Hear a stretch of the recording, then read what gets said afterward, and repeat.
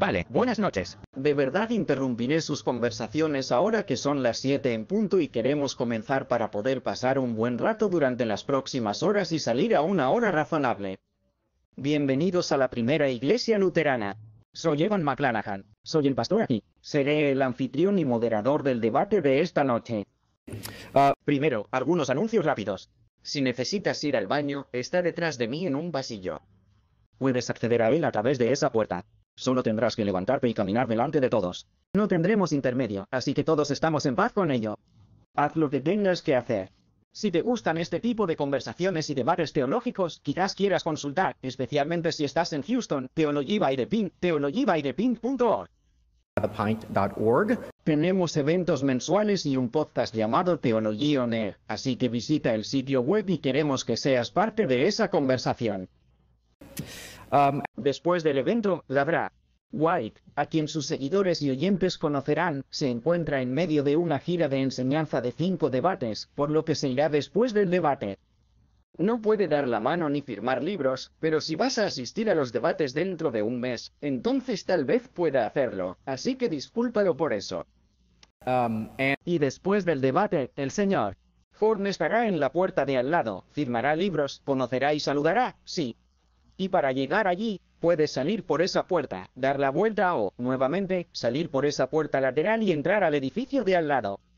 Si está viendo en línea y quería estar aquí en persona pero no había boletos disponibles, puede ir al sitio web de nuestra iglesia, flhouston.org, ir a la pestaña de debate, llegar hasta el final. Puedes ingresar tu correo electrónico y recibirás una notificación de cuándo se realizarán nuestros próximos eventos. Deja de mirarme mal. Funciona. Lo probé esta tarde. Alguien dijo que no funciona. Funciona. Probablemente esté familiarizado con ambos oradores y las presentaciones están en su programa, por lo que no voy a dedicar mucho tiempo a eso. Solo diré que si quieres conocer más sobre nuestros ponentes, puedes acudir al Dr. Sitio web debate, aomen.org. Eso es, por supuesto, para los ministerios Alfa y Omega. Y Trent Horn puede obtener más información en trenthorn.com.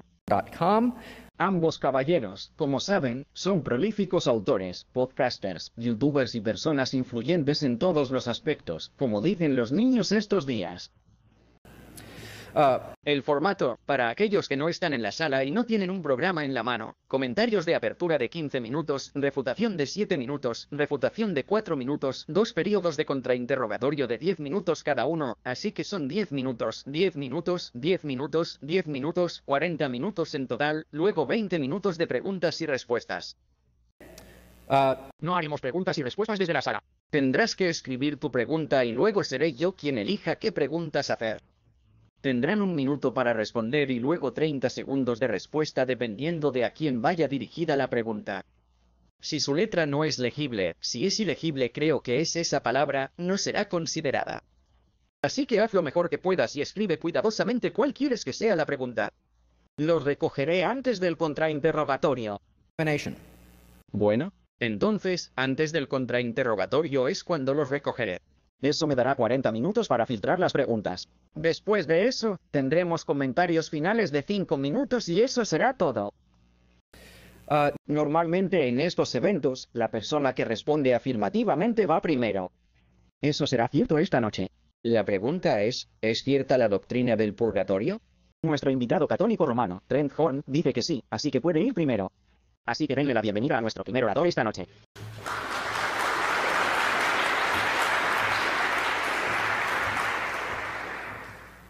Cualquiera que trabaje con proyectores o impresoras ya sabe cómo es el purgatorio. Está bien. Bueno, me gustaría agradecer a James por debatir este importante tema y por debatir conmigo anoche, y a First Lutheran por organizar este debate. El Catecismo de la Iglesia Católica dice en los párrafos 10.30 y 10.31, todos los que mueren en la gracia y la amistad de Dios, pero aún imperfectamente purificados, tienen ciertamente asegurada su salvación eterna. Pero después de la muerte se someten a una purificación, a fin de alcanzar la santidad necesaria para entrar en el gozo del cielo. La Iglesia da el nombre de purgatorio a esta purificación final de los elegidos, que es completamente distinta del castigo de los condenados. El purgatorio no es una alternativa al cielo o al infierno, no es una segunda oportunidad para ser salvo, y no es un lugar donde los pecadores trabajan para purificarse. El purgatorio es la forma en que Cristo completa nuestra santificación o crecimiento en santidad. Los protestantes ya creen en la santificación, por lo que no deberían tener problemas en aceptar esta parte final del proceso. En el debate de esta noche no defenderé diversas opiniones teológicas sobre el purgatorio, como su duración o lo que implica. Tampoco defenderé doctrinas secundarias relacionadas con ella, como las indulgencias, ya que hay cristianos que niegan las indulgencias pero creen en el purgatorio, dijo el autor protestante C.S. Lewis comparó el purgatorio con visitar a un dentista y dijo, nuestras almas exigen el purgatorio, ¿no es así? El autor protestante Jerry Walsh, un crítico frecuente del catolicismo, defiende el purgatorio en su libro Purgatorio, la lógica de la transformación total. Finalmente, los ortodoxos orientales creen en la purificación post-mortem, pero no llaman a este proceso purgatorio. Ahora que tenemos una mejor visión de lo que es el purgatorio, presentaré dos argumentos a favor de esta doctrina. Primero, está el argumento de la limpieza espiritual.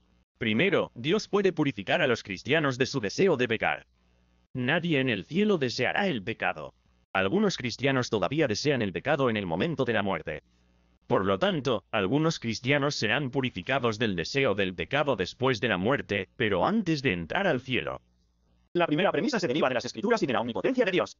Si Dios no puede liberarnos del deseo de pecar, no es todopoderoso.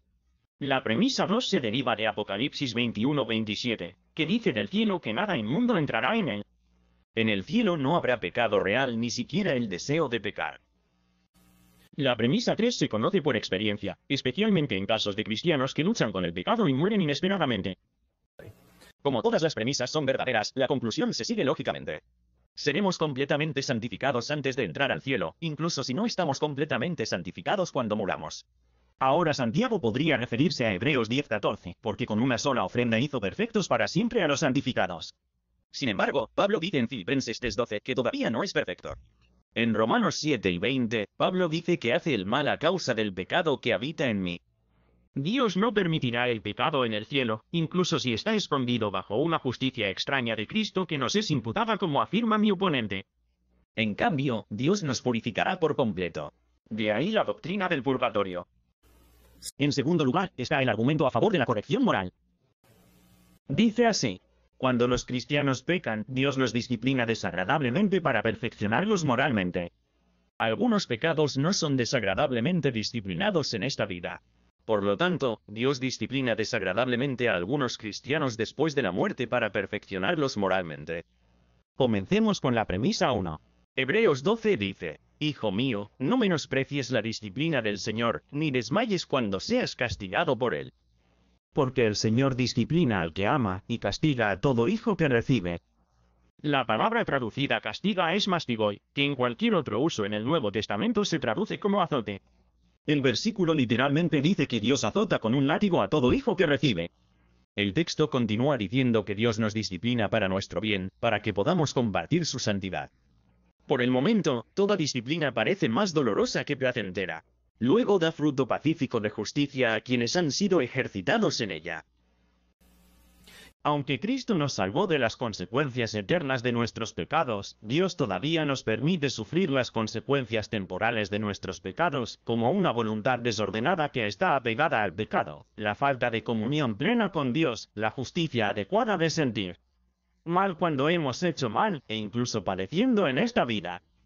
Por ejemplo, Dios perdonó los pecados de adulterio y asesinato de David, pero aún así lo castigó en esta vida con la muerte de su hijo pequeño.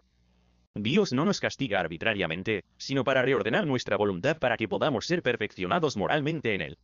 Hebreos dice que los padres terrenales hacen esto de manera imperfecta con sus hijos, pero Dios lo hace perfectamente con nosotros.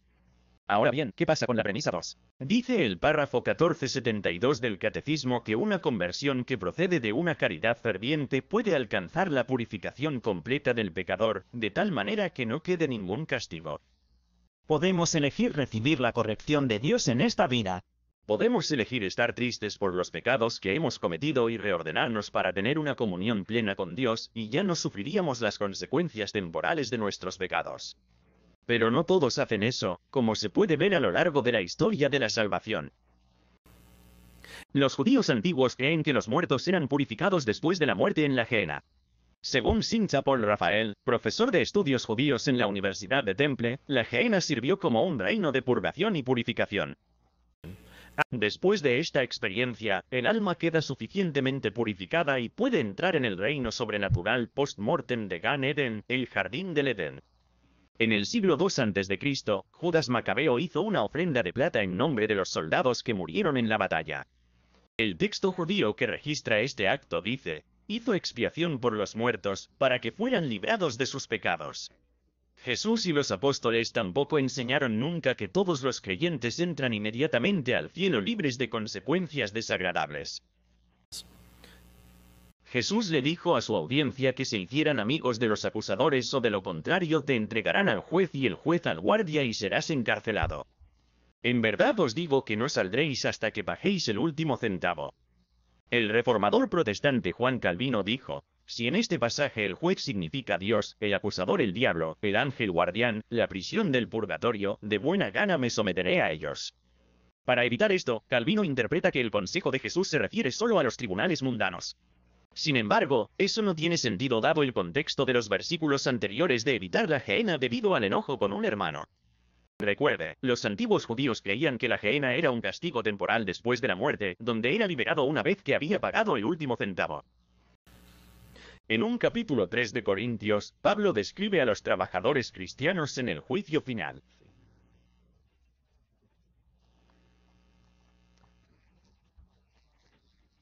Los que produjeron buenas obras están simbolizados por piedras preciosas. Los que produjeron malas obras están simbolizados por el heno y la paja.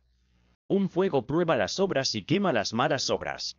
El versículo 15 dice que si la obra de alguno se quema, sufrirá pérdida, aunque él mismo será salvo, pero solo como por fuego.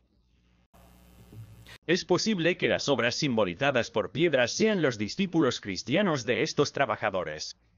Esto corresponde al capítulo 3 de Malaquías, pasaje que también habla del templo, del día, los levitas siendo refinados en el fuego como oro y plata, y otros siendo hojarasca que se quema. Los materiales buenos y malos en 1 de Corintios 3 bien pueden ser cristianos buenos y malos en el juicio final, y el fuego revelará cuáles fueron salvos y cuáles fueron condenados. Eso es coherente con los versículos del 16 al 17, que dicen: tú y yo somos el templo de Dios, y si alguien destruye el templo de Dios, una de sus criaturas redimidas, Dios lo destruirá. Solo Dios puede destruir lo que ha creado, nadie más. Ahora bien, si los discípulos de un trabajador fueran condenados o quemados en el juicio, él no iría, el trabajador no iría al infierno con ellos, pero aún así sería castigado por no haberlos pastoreado. Esto corresponde con Hebreos 13, 17, que dice: obedeced a vuestros líderes y sométete a ellos, porque ellos están velando por vuestras almas como hombres que tendrán que dar cuentas. ¿Podría tratarse simplemente de juzgar las malas motivaciones de los trabajadores cristianos, como suele decir Santiago? Tal vez. Pero es más natural ver a los discípulos como el trabajo de un trabajador cristiano que como sus motivaciones, porque las motivaciones son anteriores a cualquier trabajo que él realice. Además, las motivaciones no se mencionan en absoluto en uno de los 3 de Corintios, al menos en relación con esta pequeña parte del pasaje. Incluso si Santiago tuviera razón, las malas motivaciones, como el orgullo, son pecados y Dios castiga los pecados. El erudito protestante E.P. Sanders dice que en el capítulo 3 de 1 de Corintios, Pablo está hablando de personas que serán salvas pero que serán elogiadas o ligeramente castigadas en el juicio dependiendo de sus obras. Pablo lo confirma en 2 de Corintios 5:10 donde escribe: todos debemos presentarnos ante el tribunal de Cristo para que cada uno reciba el bien o el mal según lo que haya hecho en el cuerpo. De hecho, la frase salvado mediante, como salvado mediante el fuego, cuando se une a un sustantivo en caso genitivo, se usa abrumadoramente en la literatura judía del Antiguo Testamento y en los padres de la Iglesia en un sentido instrumental o como referencia a la purificación. Por eso el rabino citó a Zacarías 13.9 en referencia a la gehenna. Pondré esta tercera parte en el fuego y los refinaré como se refina la plata. El erudito bíblico Daniel Freyer Griggs, quien afirma que el Nuevo Testamento no enseña la doctrina católica del purgatorio, admite, cito, que el fuego del juicio divino en el día parece ser la circunstancia a través de la cual el constructor es purificado de sus pecados y a través de la cual Cristo salva. El léxico griego BDAG dice que la palabra pérdida en 1 de Corintios 315 se refiere al castigo y en las inscripciones de los templos griegos antiguos la palabra se refería a las multas que se imponían a los constructores incompetentes. Sin embargo, en su libro La controversia católica romana, mi oponente, como muchos protestantes, dice que la pérdida sufrida en 1 de Corintios 3:15 es solo una pérdida de recompensa y no es un castigo. Pero incluso si eso fuera cierto, mi posición seguiría siendo correcta. Como padre, castigo a mis hijos todo el tiempo quitándoles la recompensa que les prometieron. Yo llamaría a eso disciplina desagradable, ¿no crees? James incluso dice en su libro que es, cito, aterrador estar en esta posición ante Dios. ¿Por qué? Solo estamos aterrorizados de Dios por las cosas desagradables que podría hacernos. Pero Dios no nos causa dolor arbitrariamente. Solo lo hace por nuestro bien. Entonces Santiago admite que es posible que Dios proporcione una disciplina desagradable, como se describe en Hebreos 12, después de la muerte. Esa es la premisa 2 de mi argumento. De hecho, el autor protestante Randy Alcorn resume un capítulo 3 de Corintios de una manera que también respalda mi argumento en un artículo que escribió sobre las recompensas celestiales. Escribe que tal vez una forma de decirlo sea que la pérdida de recompensas es, en cierto sentido, permanente, pero el sufrimiento de esa pérdida será temporal. Dios acabará con el sufrimiento, pero eso será después del juicio, después de que demos cuentas al Señor. El sufrimiento del arrepentimiento estará presente en el juicio como no podría serlo, antes de la entrada al estado eterno. Pero luego está el aprendizaje, la purificación y el regocijo eterno. Entonces Alcorn dice que el sufrimiento de la pérdida en este pasaje conduce a la reforma moral y la purificación antes de regocijarnos en el cielo libres de cualquier apego al pecado. That sounds like purgatory to me. En el siglo II, dijo Ireneo, después de la muerte pero antes del cielo, cada clase de almas recibe una habitación como la que merecía, diciendo que Lázaro recibió refrigerio mientras que el malvado rico recibió tormento. Santiago ha afirmado que las oraciones en la iglesia primitiva pidiendo refrigerio para los muertos, en latín, refrigerium, son solo un llamado a aumentar la felicidad celestial de los muertos. Sin embargo, Cara Sbesi en su artículo 21 sobre refrigerador en la académica Brill Encyclopedia of Early Christianity dice que en la literatura clásica, el término denota frialdad o alivio físico. Ella escribe sobre estas solicitudes que, citando, el uso de lo subjetivo demuestra que no se prevé la bienaventuranza celestial final. En cambio, es probable que se tenga en cuenta el significado de refrigerium, que se refería a Hades, la región provisional del castigo o del consuelo. La Pasión de los Santos Perpetua y Felicidad del siglo III usa este mismo significado cuando Perpetua ora por su hermano muerto, Denócrito, para tomar un refrigerio después de verlo sufrir en el más allá. El autor protestante Carl Olson admite que Clemente de Alejandría, que vivió entre los siglos II y III, imaginó una vida futura donde el pecador corregible experimentaría un fuego que santifica y no consume. En La ciudad de Dios, Agustín escribió sobre algunos, cito, que sufren castigos temporales después de la muerte. En sus escritos, Agustín utiliza específicamente la frase latina pene purgatoriae o castigos purgatorios. Las lápidas cristianas primitivas, como las del obispo Aversius del siglo II, piden oraciones por los muertos, lo que tiene sentido si algunos de los muertos experimentan una corrección desagradable después de la muerte. Finalmente, ninguna de estas primeras fuentes cristianas dice que todos los creyentes entran inmediatamente al cielo después de la muerte sin ninguna purificación. Según Tertuliano, nadie, al ausentarse del cuerpo, es inmediatamente habitante de la presencia del Señor, salvo por la prerrogativa del martirio. Sin embargo, esta purificación viene de Cristo y no le resta valor. Según el Papa Benedicto XVI, algunos teólogos recientes opinan que el fuego que quema y salva es Cristo mismo, juez y salvador. La cuenta con él es el acto decisivo de juicio. Ante su mirada, toda falsedad se desvanece. Entonces, para defender su caso, James tiene que hacer dos cosas. Tiene que demostrar que todos los creyentes entran inmediatamente al cielo después de la muerte y no tienen disciplina o purificación post-mortem, aunque esto se contradice con las escrituras y la historia cristiana. Y luego tiene que refutar los dos argumentos que le ofrecí. El argumento de la limpieza espiritual es que Dios puede purificar a los cristianos de su deseo de pecar. Nadie en el cielo deseará el pecado. Algunos cristianos todavía desean el pecado en el momento de la muerte, por lo que serán purificados antes de entrar al cielo. Y luego el argumento a favor de la corrección moral. Cuando los cristianos pecan, Dios los disciplina desagradablemente para perfeccionarlos moralmente. Algunos pecados no son disciplinados desagradablemente en esta vida, por lo tanto, Dios disciplinó desagradablemente a algunos cristianos después de la muerte para perfeccionarlos moralmente. Si James no puede demostrar qué hay de malo en estos argumentos, entonces debería rechazar su caso y creer en la doctrina del purgatorio. Gracias.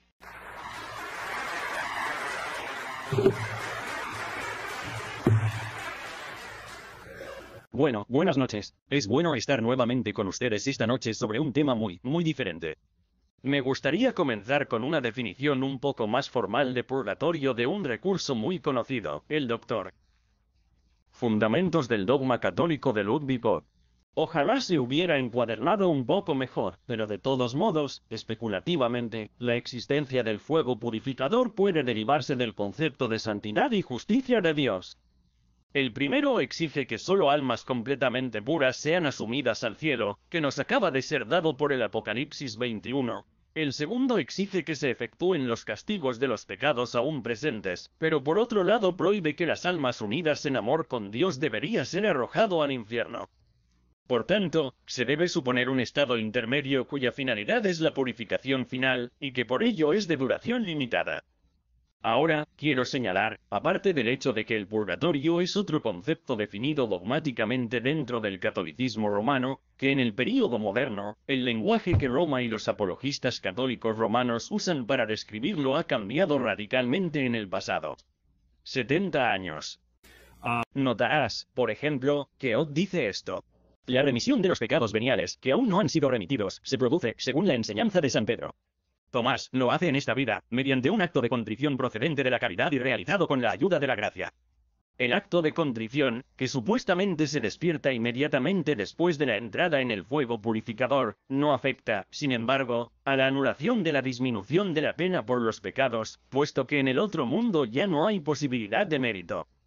Atrapa esto. Las penas temporales por los pecados son expiadas en el fuego purificador mediante el llamado sufrimiento de expiación. Satisfacio es el latino. Es decir, por la aceptación voluntaria de los castigos expiatorios impuestos por Dios. Así que estoy un poco sorprendido, seré perfectamente honesto, de que al hacer esta presentación, Trenton no haya usado el lenguaje que Roma ha usado para definir su propio dogma, que este es un lugar de purificación no solo del apego a pecado, sino la remisión de las penas temporales por los pecados, y que ésta se realiza mediante nuestro sufrimiento, satisfacio. Y puedo entender por qué no querría defender las indulgencias, pero en la teología católica romana están íntimamente conectadas, y eso también está en el catecismo, y esa es la idea del tesoro del mérito, el exceso de mérito de Jesús casándose con las santos puestos en el tesoro del mérito, es un retiro de ese tesoro de mérito aplicado a un alma en el purgatorio que de alguna manera aceleraría su semejanza más a Cristo y la purificación para que pueda entrar a la presencia de Dios. Es un concepto muy diferente y por supuesto les mostraré algunos libros más adelante que les recomendaría si quieren entender realmente lo que se ha entendido sobre el tema del purgatorio. Es que está claramente dicho por gente como el cardenal Bellarmino que el purgatorio no podría durar tan solo 10 o 20 años y posiblemente podría durar muchos cientos de años.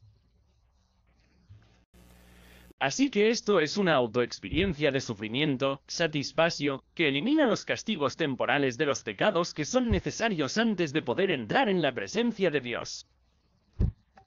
No es solo la idea de que, bueno, necesitamos ser santificados, necesitamos ser hechos a la imagen de Cristo. Bueno, sí, eso es lo que está haciendo Dios, y todo lo que citó Trento del Nuevo Testamento acerca de Cristo, el Padre disciplinando a sus hijos y conformarnos a la imagen de Cristo, todo eso lo creemos, pero eso no es por castigos temporales de pecados. Eso es hacernos como Jesucristo. Ese es todo el propósito de la obra de elección de Dios. Si miras el capítulo 1 de Efesios, ¿de qué se trata? Estar en Cristo y ser conformados a su imagen. Y entonces es un concepto muy diferente porque de lo que estamos hablando realmente históricamente con el catolicismo romano, y reconozco el catolicismo romano moderno, dudo que Francisco realmente crea esto, de verdad lo creo, pero al menos la visión ortodoxa está representada por alguien. Como Ludwig Vogt, es que este es un lugar, no solo un estado. Es un lugar que tiene temporalidad. Tener indulgencias por decenas, 20 y 30 años no tendría ningún sentido, si ese no fuera el caso. y es un castigo que se debe sufrir antes de poder entrar en la presencia del Padre.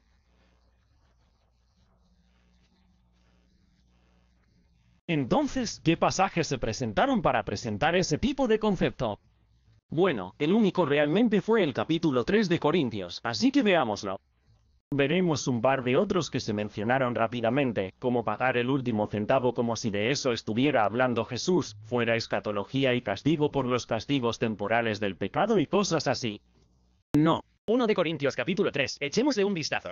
Es muy importante. Estoy seguro de que lo veremos mucho más de cerca durante el contrainterrogatorio. Porque Pablo está hablando del ministerio allá en Corinto, y dice, según la gracia de Dios que me fue dada como arquitecto sabio, puse el fundamento, y otros están edificando sobre él. Que cada uno mire y tenga cuidado de cómo construye sobre él. Entonces, ¿de qué está hablando aquí?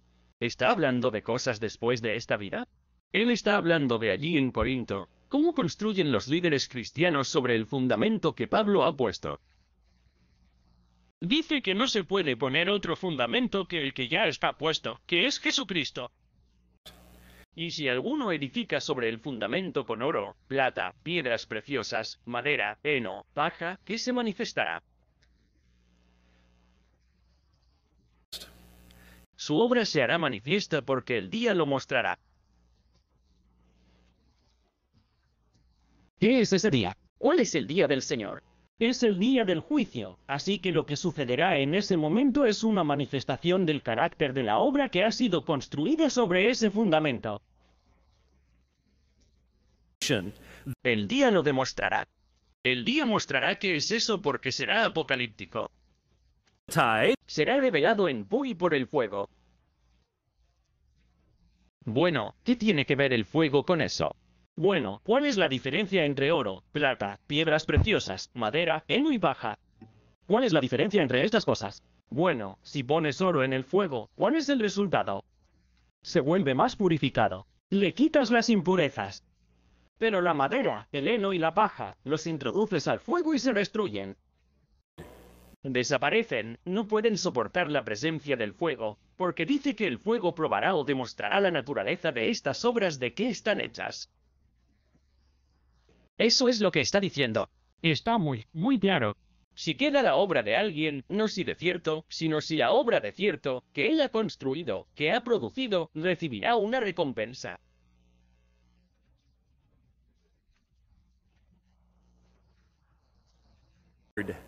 Pero si el trabajo de alguien es destruido y consumido, Feniao, sufrirá pérdida. Cuando Pablo usa esto, dice, estoy dispuesto a sufrir la pérdida de todas las cosas por amor de Cristo.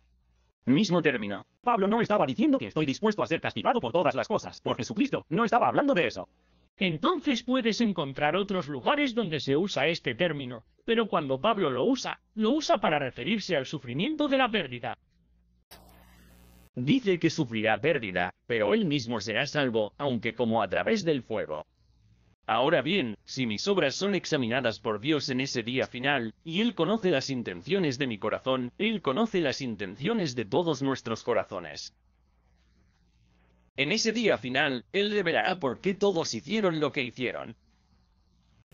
Ahora bien, ¿eso está relacionado conmigo? ¿Es eso algo que revelará algo sobre mí? Bueno, por supuesto. Pero es a través de la demostración de aquellas obras que fueron construidas sobre el fundamento. No hay nada aquí sobre diferentes tipos de pecados, mortales o veniales. No hay nada aquí sobre castigos temporales. No hay nada aquí sobre salus pasio. Todas estas son cosas que vienen siglos y siglos y siglos después, y van en contra, en su nivel fundamental, de cómo Pablo creía que cualquiera de nosotros alguna vez estaría delante de Dios. ¿Cómo nos presentamos ante Dios? Estamos ante Dios con un manto compuesto por la justicia de Cristo, María y los santos del Tesauro Meritorium, el tesoro del mérito. Si recibes indulgencias, eso será parte de tu posición ante Dios. Estamos ante Dios con un manto que incluye nuestro propio sufrimiento, nuestra propia satisfacción en esta vida o en la próxima.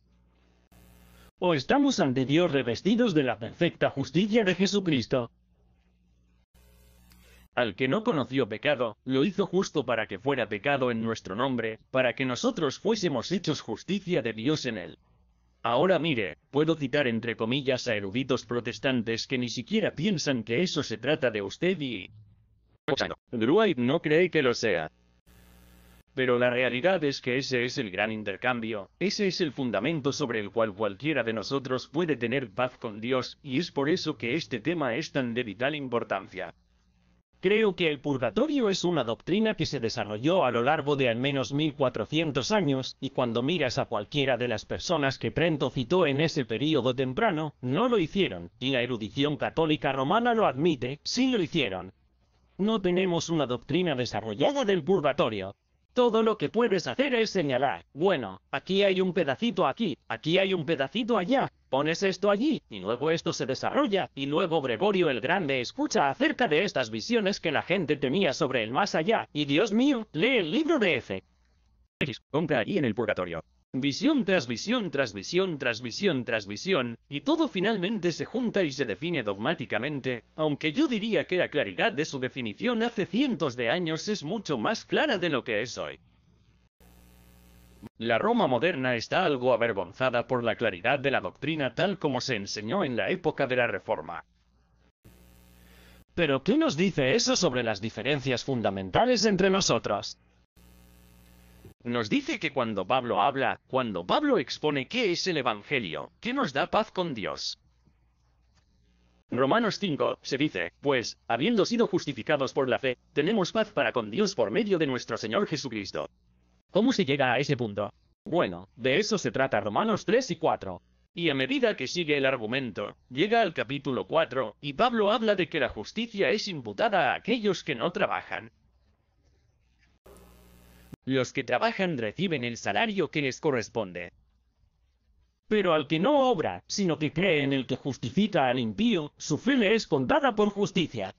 Y luego inmediatamente dice, David habló de la bienaventuranza del hombre a quien Dios imputa justicia sin obras. Y esos son los trabajos que vienen justo antes de eso. No EP, Sanders, no NP. Dwight, no todo el resto de esas cosas. Son las obras que se mencionan justo antes, el contraste entre creer y trabajar.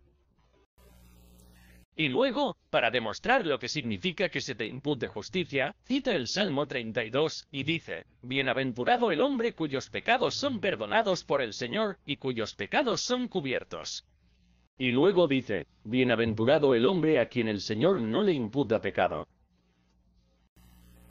Y entonces una de las conversaciones que necesitamos tener esta noche es quién es ese hombre bendito y qué significa que Pablo pudiera interpretar la no imputación de pecado como la imputación positiva de justicia. Porque eso es lo que Romanos 4 y 6, con la cita de los versículos del 7 al 8, eso es lo que está pasando allí. Ahora bien, ¿por qué esto es importante para ti o no? Es muy sencillo. ¿Cómo puedes tener paz con Dios? Cuando te despiertas por la mañana, conociendo tu propio corazón, conociendo los deseos de tu carne, conociendo la impureza de tus palabras y conociendo la santidad de Dios, ¿cómo puedes tener paz con Él? ¿Cómo puedes saber que si tu vida termina en este día entrarás en su presencia y no pasarás 10, 20, 30, 40 o 100 años sufriendo despacio? ¿Cómo tienes esa paz? La única manera, y no creemos lo mismo acerca de esto, la única manera en que puedes tener esa paz es si reconoces que un verdadero creyente en Jesucristo es una persona que ha recibido su justicia, no solo en el sentido del perdón de todos mis pecados, sino su justicia positiva. Ha amado al Padre perfectamente. Y cuando recibo su justicia, entonces soy visto en Él. Así es como tenemos paz. Y de eso es realmente de lo que estamos hablando esta noche. Gracias por su atención.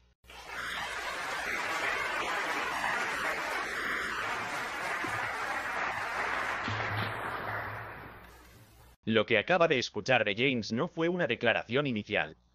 Fue una refutación y una afirmación de que su punto de vista particular sobre el Evangelio y la imputación significa que no existe el purgatorio. Eso fue todo. Eso es todo lo que les ofreció esta noche para creer que la doctrina del purgatorio es falsa. ¿Cuáles son algunas de las cosas que no dijo? No citó ningún versículo de la Biblia que diga que todos los creyentes entran al cielo inmediatamente después de la muerte y que no se someten a ninguna purificación o castigo post-mortem. Él no citó ninguna escritura sobre el más allá para respaldar su punto de vista, mientras que yo sí cité escrituras que describen el más allá y respaldan mi punto de vista. ¿Y cómo reaccionó James ante ellos? Cuando cité el capítulo 5 de Mateo sobre pagar el último centavo, dio una respuesta burlona. Ah, no significa eso. Lo siento. Tendrás que hacerlo un poco mejor que eso. Y él dijo, como si eso tuviera algo que ver con la escatología, excepto que Mateo 5, del 21 al 30 tiene que ver con lo que nos sucede después de la muerte. Esa lujuria puede enviarte al infierno y la ira puede enviarte a la gehenna. Entonces la respuesta de los burladores es que simplemente no trabajaremos allí. Lo mismo con un capítulo 3 de Corintios. Contó una gran historia.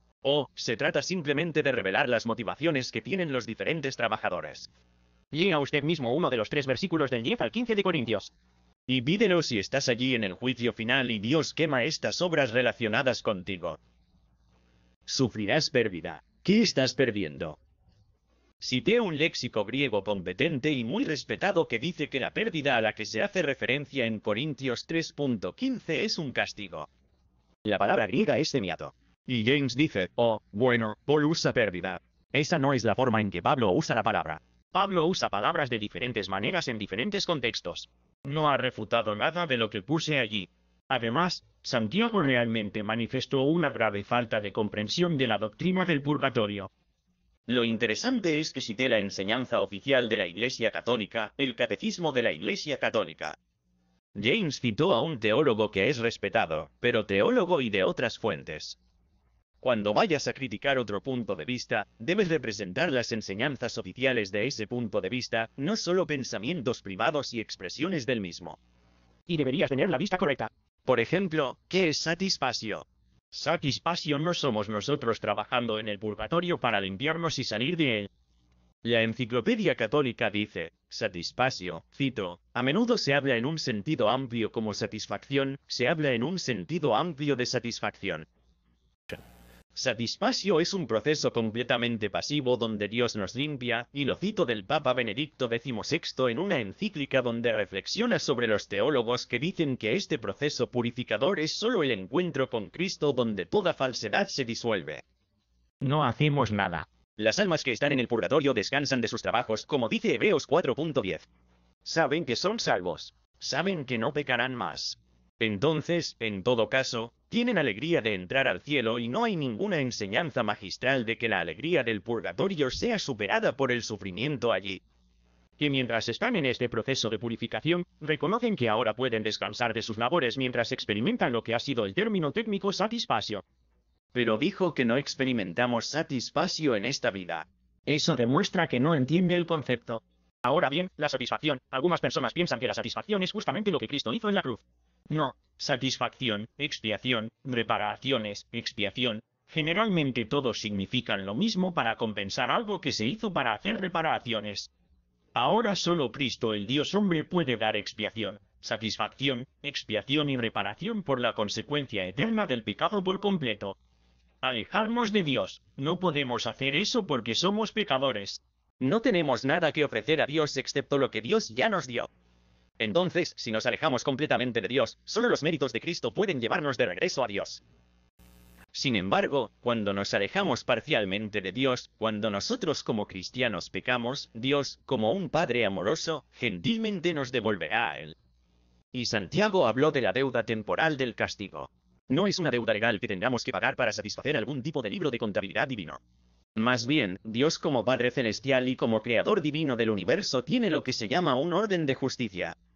Dios crea el universo y se supone que funciona de cierta manera porque Él es perfecto, omnisciente y todo bueno.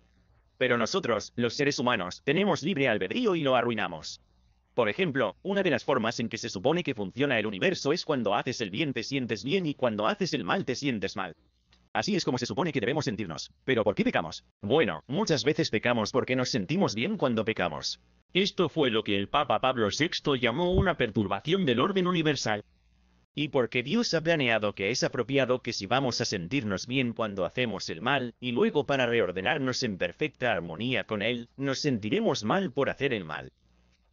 Tendremos tristeza. Ahora bien, yo he demostrado citando el Catecismo, párrafo 1472, que mediante un acto ferviente de caridad se pueden remitir todas las consecuencias temporales del pecado en esta vida. Pero no todos harán eso. Santiago ha tratado de decir, bueno, por supuesto que creemos en la santificación, por supuesto que creemos en conformarnos a la voluntad de Dios. Pero él lo describe solo como un proceso puramente positivo, donde he demostrado claramente en Hebreos 12, basado en mi argumento, que esto es. No es necesario usar la palabra castigo. Nunca utilicé la palabra castigo en mi argumento. Dije disciplina desagradable, y eso es claramente lo que se describe en Hebreos 12.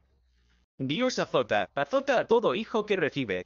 Solo léelo por ti mismo y verás que Dios, porque Él es un Padre amoroso como nuestros padres, y yo tengo hijos, cuando les va mal y se sienten bien, quiero que se reordenen hacia el bien, para que se sientan bien. Malo. Ahora Dios hace esto es apropiado, esta es una forma apropiada de justicia. Dios es todopoderoso. Él no tiene que hacer esto. Puede simplemente chasquear los dedos y reordenar nuestra voluntad divina, pero es apropiado que lo haga. Entonces eso deja abierta la posibilidad de que Dios en su infinita misericordia pueda remitir estas consecuencias temporales del pecado. Basado, por ejemplo, en cosas como las recompensas que ha dado a otros. Cuando escuchen méritos, cuando Santiago habla del mérito de Cristo y de los santos, saquen el mérito y pongan las recompensas dadas por Dios. Y eso se enseña claramente en el Nuevo Testamento. Y el Nuevo Testamento también enseña que Dios bendice a las personas por la bondad de los demás. Por ejemplo, Dios bendijo en Romanos 11, bendijo a los judíos en el tiempo de Pablo por lo que habían hecho sus antepasados. O puede condonar el castigo. Entonces cuando Salomón se desvió de la voluntad de Dios, Dios buscó que Salomón no perdiera su reino en 1 Reyes 11 por lo que había hecho David. Disminuyó las consecuencias temporales del pecado de Salomón. Así que hay mucho más de qué hablar sobre las cosas en las que James simplemente se equivocó, y estoy emocionado de hacerlo cuando regrese.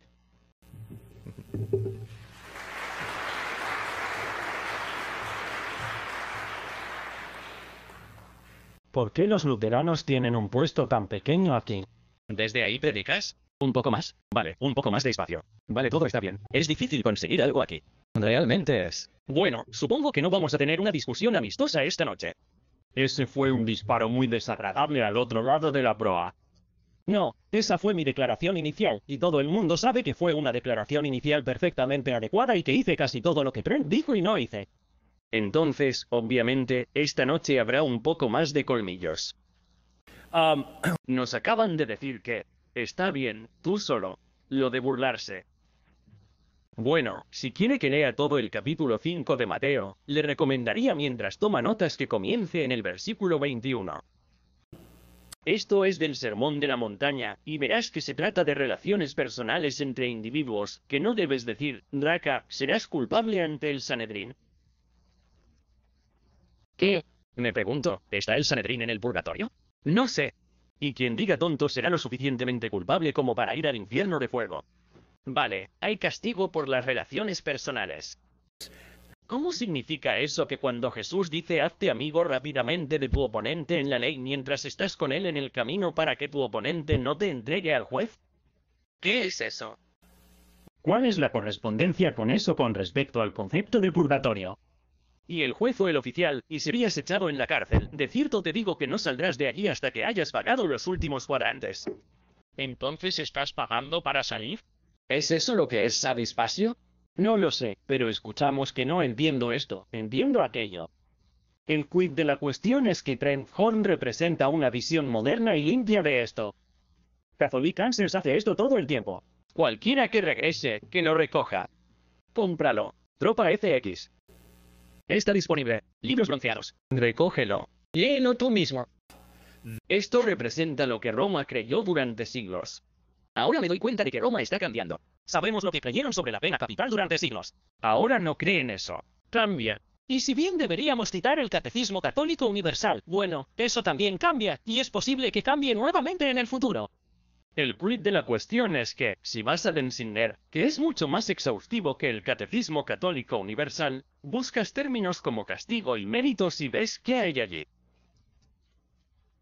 Busque el Thesaurus Meritorum para decir que, bueno, los méritos son simplemente recompensas que Dios da. Bien, entonces ¿cómo es que para ser santo cuando mueres, tu exceso de mérito va al tesoro del mérito? Piensa en lo que eso significa. ¿Qué es una indulgencia? Es una retirada del tesoro del mérito. ¿No crees que hay algo más en eso? ¿No corresponde eso al concepto de indulgencias y a cuánto tiempo se sale del purgatorio para obtener indulgencias? Sí, existe una idea de castigo, sabuspacio, el sufrimiento de la expiación. Leí de Ludwig Bott lo que significa, de qué se trata y la necesidad de sufrirlo en el purgatorio. Y toda mi declaración inicial fue, si entiendes qué es el hombre bienaventurado, reconocerás que existe una confusión fundamental en el catolicismo romano entre santificación y justificación. Y se sabe que simplemente estamos repasando lo que se ha debatido desde los tiempos de la Reforma. ¿Qué significa ser justificado ante Dios? ¿Qué significa tener la justicia de Cristo? Roma dice que eso es una ficción legal. El bautismo en realidad te hace justo ante Dios. Y eso es lo que te hace agradable ante Dios. Y es por eso que vas a ir al cielo porque estás en estado de gracia y objetivamente estás agradando a Dios. Es una infusión de gracia en ti. Y el objetivo central de la reforma fue el nuevo énfasis. Eso siempre había estado ahí en las escrituras, pero la eliminación de siglos de tradición, el nuevo énfasis en la libertad de Dios para salvar en Jesucristo perfectamente para su propia gloria, no a través de un sistema sacramental que controle esa gracia. Y lo que eso les dijo a los creyentes individuales es que ese creyente individual ahora no solo tiene acceso directo a Dios, no a través de un grupo de santos y ángeles y todo el resto de este tipo de cosas, sino que tiene acceso directo a Dios porque ese individuo tiene la justicia de Cristo. Por eso el Espíritu Santo puede habitar en nosotros. Y esa justicia nos da paz con Dios, y eso nos convierte en el hombre bendito. Ahora bien, ¿somos conformados a la imagen de Cristo por la disciplina paternal de Dios? Sí, pero eso no es la ejecución de castigos temporales. Eso no es porque haya ido a un sacerdote, que no existe en el Nuevo Testamento, y me hayan dado penitencias para hacer, y si no las hago con la actitud correcta o con las disposiciones correctas, entonces todavía ahí me sobran castigos temporales, y es por eso que necesito pasar por el purgatorio antes de entrar a la presencia de Dios. Eso no aparece en ninguna parte del Nuevo Testamento. ¿Quién dijo? Santiago no nos dio absolutamente nada que diga que inmediatamente dejemos esta vida y vayamos a la presencia de Dios. Y yo voy, y nos diste algo que dice que en realidad vamos a un lugar llamado purgatorio por un periodo de tiempo no revelado. ¿Quieres ir a Sardispacio? No, no lo hiciste. Citaste a varios papas y fuentes como esa. No nos diste nada de las escrituras, ni siquiera se acerca a eso. Entonces, recordemos de qué se trata realmente esto, porque en mi experiencia, una discusión sobre el purgatorio revela las diferencias fundamentales entre nosotros en cuanto a cómo creemos que alguna vez entraremos en la presencia de Dios. ¿Es porque objetivamente he sido hecho agradable a Dios y por eso soy llevado a su presencia? ¿O es porque Jesucristo no solo abrió un camino, no solo lo hizo posible, no solo mereció un tesoro de méritos, sino que en sustitución toma mi pecado en su cuerpo en la cruz, y yo recibo su justicia? Punto. Esa es una comprensión completamente diferente. No es posible que ambas cosas sean ciertas. Entonces, ¿por qué está mal el purgatorio? Porque fundamentalmente compromete el evangelio que Pablo enseñó. Gracias por su atención.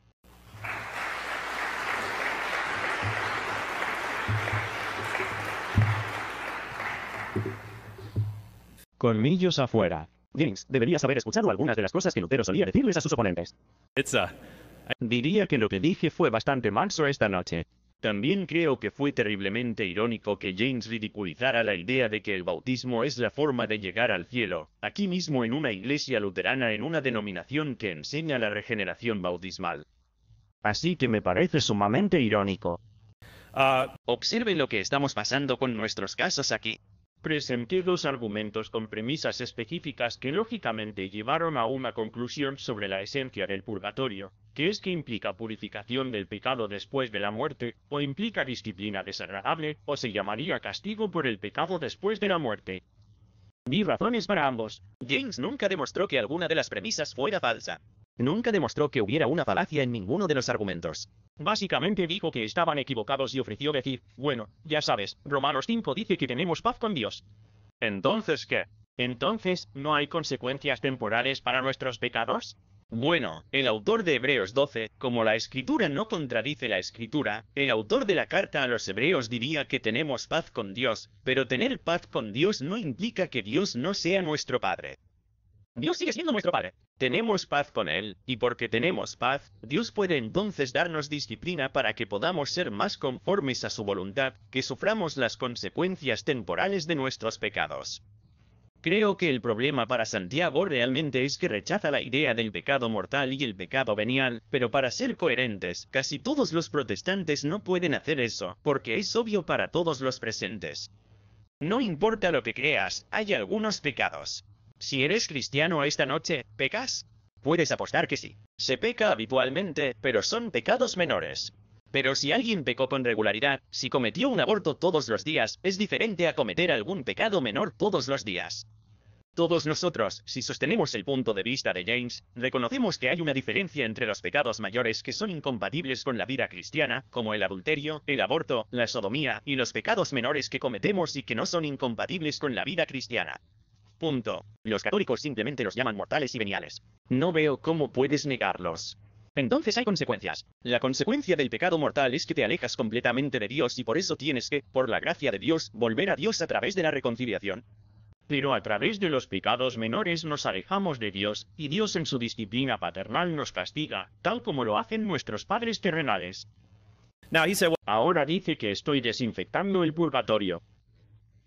Eso no es cierto. Vaya al catecismo en el párrafo 1472, dice entender esta doctrina y práctica de la Iglesia relacionada con las indulgencias, habla del pecado grave que nos priva de la comunión con Dios.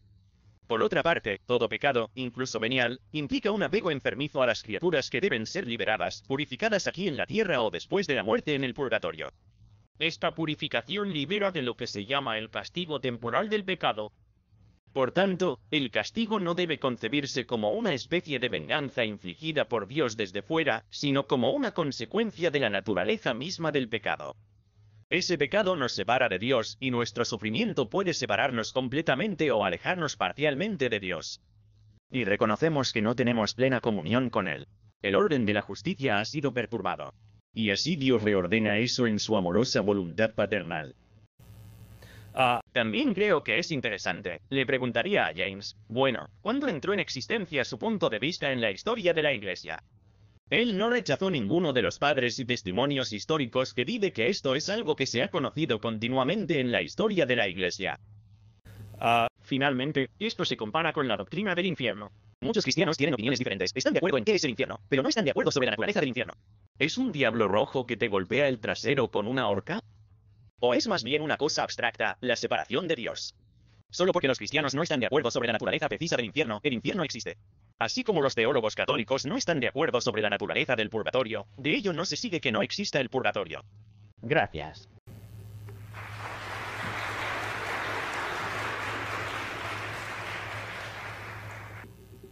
Permítanme sugerirles que, dado que todos ustedes tienen acceso a la red en estos días, a la luz de la afirmación que se acaba de hacer de que esta creencia se ha conocido continuamente en la historia de la Iglesia, les recomendaría que haya habido un intercambio de videos muy interesante entre Trent Horn y el hermano Ordlund sobre este tema en particular.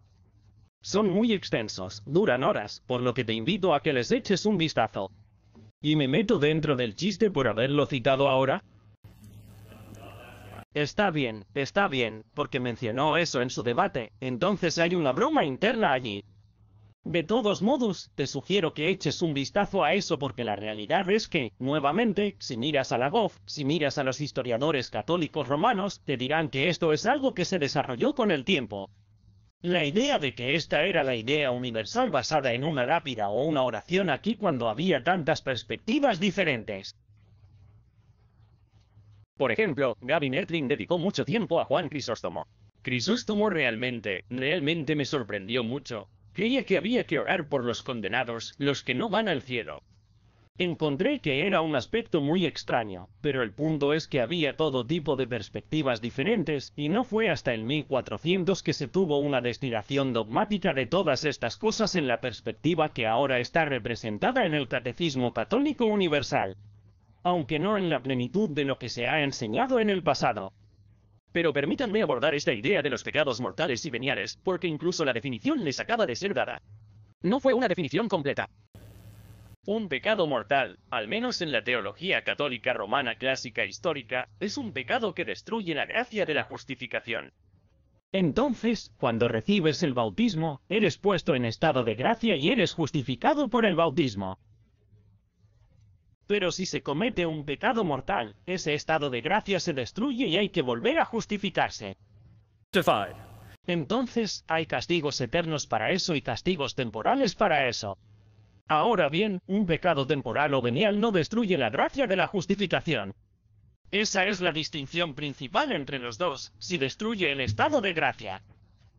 Porque si mueres fuera del estado de gracia, entonces irás al infierno. Una vez más, no creo que eso sea lo que la mayoría del magisterio realmente enseña hoy, o al menos lo que cree hoy, personalmente, pero esa es la perspectiva histórica que está sucediendo allí. Esa distinción no es bíblica. Incluso los teólogos católicos romanos te dirán, los exegetas te dirán, si vas a un tal Juan, hay un pecado de muerte, un pecado que no es de muerte. Eso no está hablando de pecados mortales y veniales, sino de cometer apostasía al maldecir a Jesucristo. Es decir, esa simplemente no es una enseñanza que se encuentre en el Nuevo Testamento. Debe leerse en el Nuevo Testamento a la luz de los desarrollos doctrinales posteriores a lo largo de los siglos. ¿Por qué decir? Evidentemente, Trento siente que proporcionar una argumentación bíblica sobre la naturaleza de lo que es estar en relación con Cristo es insuficiente.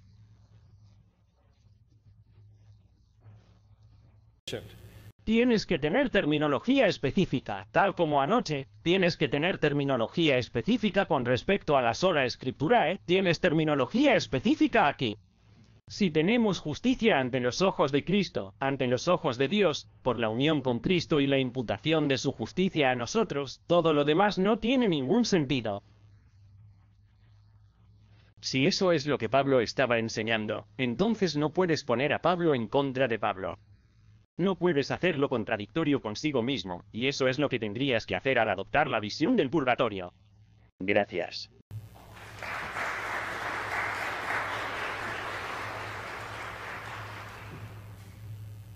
Bueno, vamos a hacer la transición a nuestro periodo de contrainterrogatorio.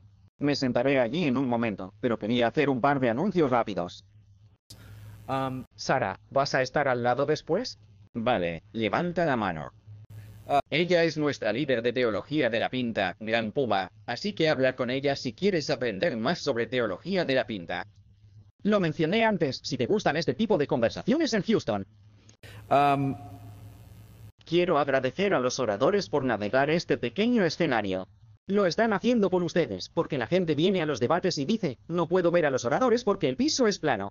Ya sabes, no es como un escenario. Así que gracias a todos por navegar por eso, no caerse y, no sé, romperse el cuello o algo así.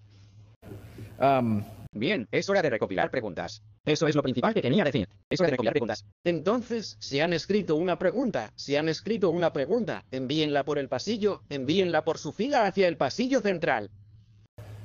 Intentaré hacer tal vez una reunión más rápida, tal vez a la mitad de la cruz, pero espero que podamos responder la mayor parte de las preguntas ahora.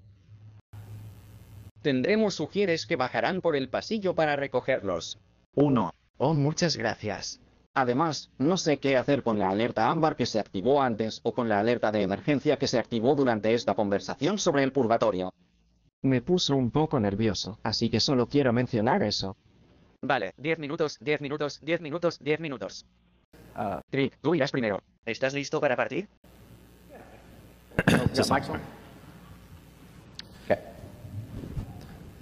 Muy bien, entonces James, tu argumento principal parece ser que debido a tu visión de la imputación de la justicia de Cristo, las personas no sufren el castigo temporal por sus pecados en el purgatorio, y Dios no nos juzga basándose en nuestros méritos o los méritos de otros, sino el mérito de Cristo que nos es imputado.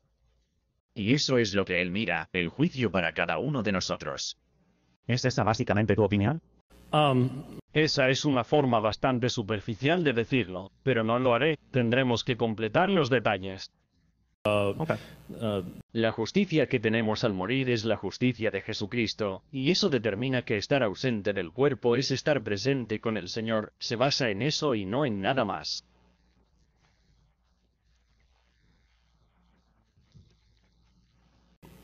Espera, ¿acabas de citar 2 Corintios capítulo 5 versículos 8 al 9?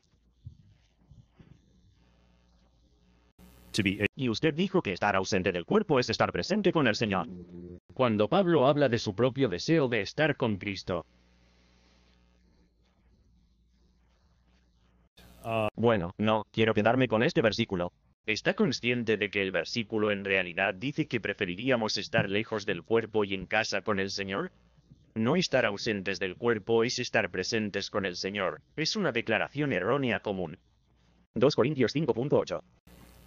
No estoy seguro de cuál es la distinción que usted cree que se hace allí. La distinción es que muchos protestantes dirán que no hay purgatorio porque estar ausente del cuerpo es estar presente con el Señor y no hay un estado intermedio. La segunda quinta de Corintios no dice eso. De hecho, el versículo 10 dice que todos debemos presentarnos ante el tribunal de Cristo para que cada uno reciba el bien o el mal según lo que haya hecho mientras estaba en el cuerpo. Bueno, pues por fe andamos y no por vista. Tenemos ánimo antes que estar ausentes del cuerpo y estar en casa con el Señor. Por lo tanto, también tenemos como ambición, ya sea en casa o ausentes, agradar a los demás. Él en 1 Corintios 3 dice que se trata de una persona salva que sufrirá pérdida. Así que lo dejaremos para otro momento. Apuesto a que lo somos. Bueno, pensé que habías dicho que algo más estaba pasando allí. El capítulo 3 de Primera de Corintios definitivamente habla de una persona salva que está edificando sobre el fundamento de Jesucristo que fue puesto por el apóstol Pablo allí en Corinto. ¿Qué pierden? Bueno, si quieres saltar de ese punto, lo analizaremos mucho más de cerca, pero pierden una recompensa. ¿Qué ve Dios? Bueno, necesito corregir eso, porque en realidad dice, versículo 14, es aquel cuya obra permanece, la que ha construido, recibe un mistos, una recompensa. Pero si la obra de alguno se quema, sufrirá pérdida. Así que no dice específicamente la pérdida de la misma recompensa, pero quiero decir que es una especie de suposición a la que llegarías. Bien, ¿qué hace para determinar que la recompensa se pierde? ¿Qué ve Dios en esa persona? ¿Solo mira la justicia de Cristo y luego determina que perderá una recompensa, o ve algo más? De eso no se trata este texto. Este texto trata sobre la prueba de las obras, específicamente del versículo 13. El trabajo de cada uno se manifestará porque el día lo demostrará. ¿Por qué el creyente sufre algo cuando solo se prueba el trabajo? ¿Por qué no solo el trabajo sufre? Bueno, ¿dónde está el término sufrir? Sufrir pérdida. Bueno, pero repito, ese es el mismo término, y me sorprendió que dijeras esto, cuando Paul usa el término, el uso constante por parte de Paul, y eso tiene que ser lo primero que debes preguntar al definir un término es cómo alguien lo usa. En sus propios escritos, es que dice que ha estado dispuesto a sufrir la pérdida de todas las cosas por causa de Cristo. No estaba diciendo que estuviera sufriendo un castigo. Cuando Pablo usa palabras, ¿las usa siempre de la misma manera? No, pero el primer lugar al que debes acudir es para preguntar cuál es la categoría sintáctica, el dominio léxico que está utilizando, y si no lo está, si no lo usa de múltiples maneras diferentes, lo cual no hace en sus escritos, entonces si vas a decir que esta es la única excepción, debes proporcionar algo en el contexto que demuestre que ese es el caso. ¿Dice el léxico griego BDAG que esto se refiere al castigo? Es uno de los significados que se le da, sí. ¿El significado está relacionado con 1 de Corintios 3.15? No lo tengo delante de mí, pero confío en tu palabra. Bueno, pero no es mi dispositivo interpretativo definitivo. Está bien. Ni el tuyo. ¿Es la pérdida de recompensas algo malo para el creyente? Nuevamente, se trata de determinar qué es oro, plata, piedras preciosas, madera, heno y hojarasca. Está demostrado, lo que se muestra es la naturaleza de las obras. Ahora estoy de acuerdo. Si mis obras son quemadas, seré una persona que se sentirá profundamente preocupada por eso. Entonces, James, si Dios te mira y dice que trabajaste con malas motivaciones como trabajador cristiano, estas fueron las gloriosas recompensas que habrías tenido ahora, nunca las tendrás, sentimos que sí, me sentiré mal, está bien, después de la muerte, así después. El Dios de la muerte se ha ido, entonces, excepto que esto es en el día del Señor, entonces este es el gran juicio. Obviamente no se refiere al primer juicio. Entonces digamos que llegamos al día del Señor. ¿Quién sabe? Quizás de eso se trataba la alerta Amber. ¿Quién sabe? But it may have been a silver alert. They're looking for me. Ya veremos. Pero puede que haya sido una alerta plateada. Me están buscando. Entonces mi punto es que si un padre hace que su hijo se sienta mal porque hizo algo malo, ¿eso es un castigo?